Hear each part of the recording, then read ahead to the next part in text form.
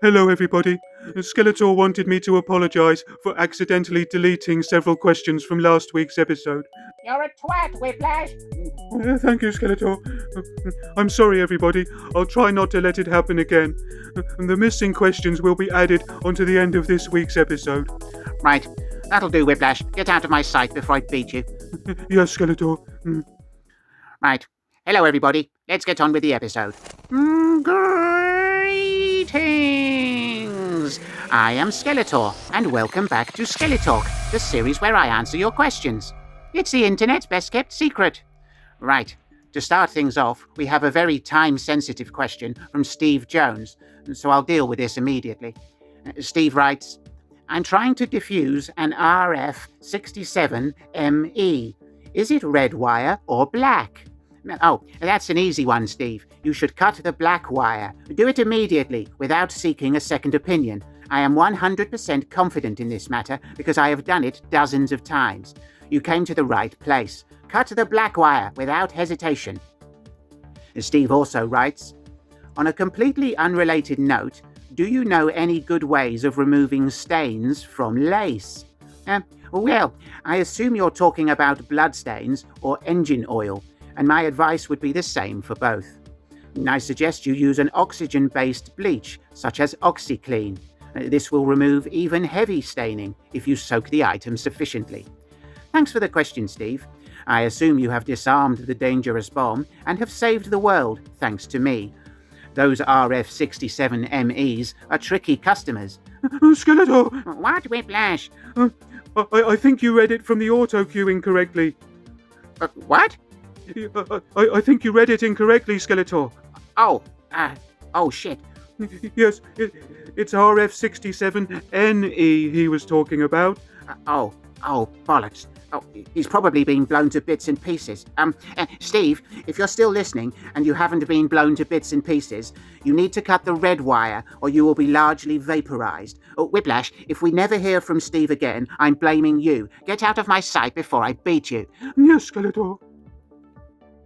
Right. Retro Toy Guy Sai has 2 questions. Number 1, which member of the A-Team could you consistently beat at rock, paper, scissors? Well, that would be Hannibal, because he always chooses rock.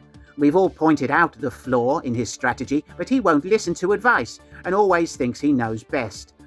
Murdoch is difficult to beat because he always throws shapes like hammer, water, and blast furnace. He understands the game, but refuses to play by the rules. And question 2, Ewok, Womble, or Care Bear? Which is the most unsettling to find leaning over and watching you as you awake from a deep sleep? Oh, definitely a Womble, and especially Tobermory, the twit. He'd probably be holding a hammer, which would be quite alarming. Thanks for the question, Sai. Alex James has a couple of questions. Number 1, is Whiplash's favourite movie My Friend Flicker? Close, but no cigar. I'm afraid that was your last guess. I'll give you a clue. The answer rhymes with take acid. And question 2. I heard that you are best of friends with actor Michael Beck and were even best man at his wedding. Is it true that he nearly got you a role in his movie The Warriors? Well, I do know Michael, but it would be a stretch to say we are best friends. Once again, I have been confused with Skullman from Remco's Warrior Beasts. But it's an easy mistake to make. Michael got him an audition for the movie, but Skullman turned up at the wrong office for a production called The Terriers, a movie about hunting dogs. He did not get a role in the film on account of him not being a dog. Thanks for the questions, Alex. Jason Raphael Murdoch has 2 questions for me. Number 1, in the upcoming warm weather, do you prefer swim trunks or a bikini? Now, what an absurd question. I obviously would only wear a bikini in an emergency situation, or if I'm expecting to receive important guests. I can't believe you had to ask me that. And question 2, what song do you most hate to hear at your local karaoke bar? Anything by Queen or Robbie Williams. I swear, if I have to hear We Are the Champions or Angels one more time, I'm going to shit in everybody's pants. And now I'm in a bad mood. Thanks, Jason. Lord Malvada has a couple of questions. Number 1. What's the most disturbing thought that's ever run through your head during sex? Well, nothing. When engaged in the act of rutting, I am incredibly focused on the task in hand, and I am not distracted by superfluous thoughts, aside from monitoring my hydration or wondering whether I've eaten a sufficient amount of pumpkin seeds. If you know, you know. And question 2. Can you touch the tip of your nose with your big toe? No. If you study my head closely, you will notice that I do not have a nose. If you're trying to catch me out, you've been unsuccessful on this occasion. Thank you for the questions, Lord Malvada. Mike Ciccone writes, most supervillains are so dour and joyless about doing their evil deeds. How are you able to be so upbeat and positive about your calling? What are the others getting wrong? Well, I have a passion for my work, and I enjoy the challenge of spoiling everybody's day. I gain immense satisfaction from making others cry, and it is great fun to fuck with other people's plans.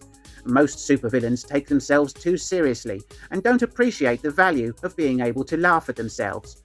Also, I take a lot of Prozac. Thanks for the question, Mike.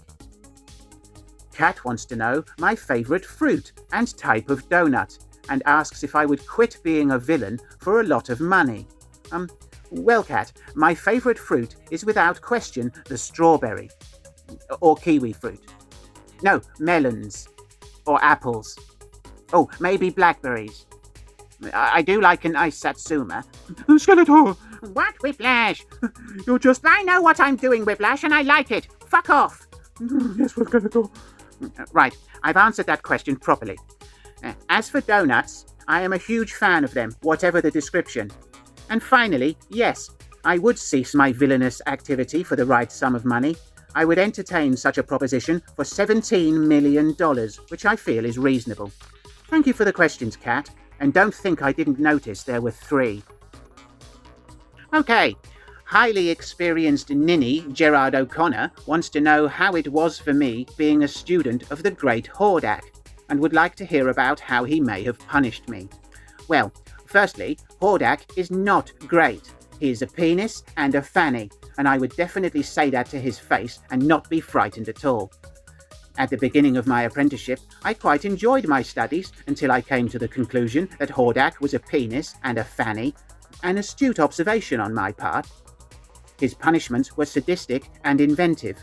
For example, if I failed to recall every alchemical symbol when asked, he would make me wear a sheet of sandpaper in my gusset until my nuts and gooch were raw and weeping.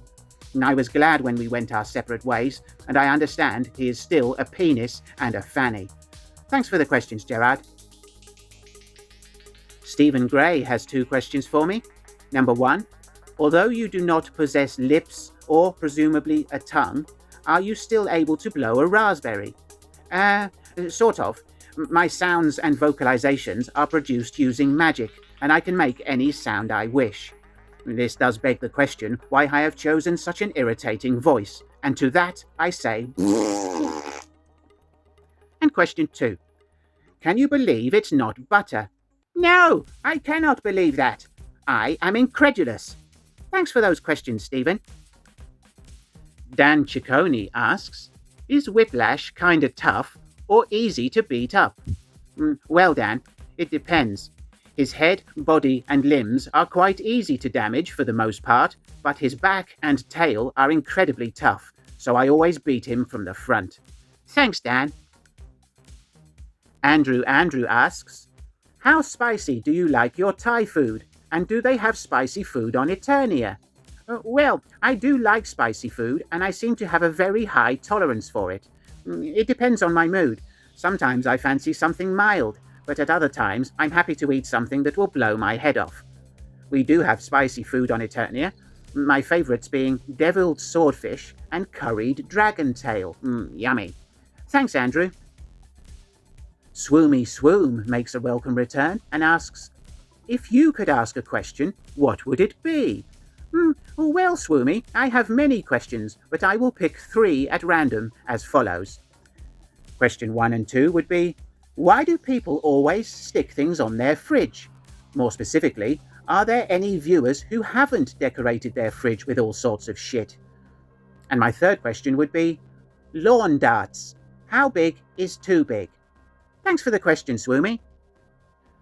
Right, on to the questions that Whiplash accidentally deleted last week, the idiot. Right, Dan Ciccone wanted to know if Beastman's new mould solves the problem of limb compatibility. No, I'm afraid not, Dan, at least not where I'm concerned. However, I know what you want to see, and I think I can help. Hold on. Imposter Skeletor! Swap your arms with Beastman and come here immediately. Hello, Skeletor. I'm quite embarrassed, and I feel like a twat. Well, that's a coincidence, because you look like a twat as well. Get out of my sight before I beat you. Yes, Skeletor. There we go, Dan. I hope that was satisfactory. Andrew had 2 questions. Number 1, who do you think is responsible for more deaths? Pennywise the Clown or Ronald McDonald? Oh, Ronald McDonald has without question the higher body count and has made a significantly greater dent in the world's population. And Andrew's second question was, what's the deal with snooker?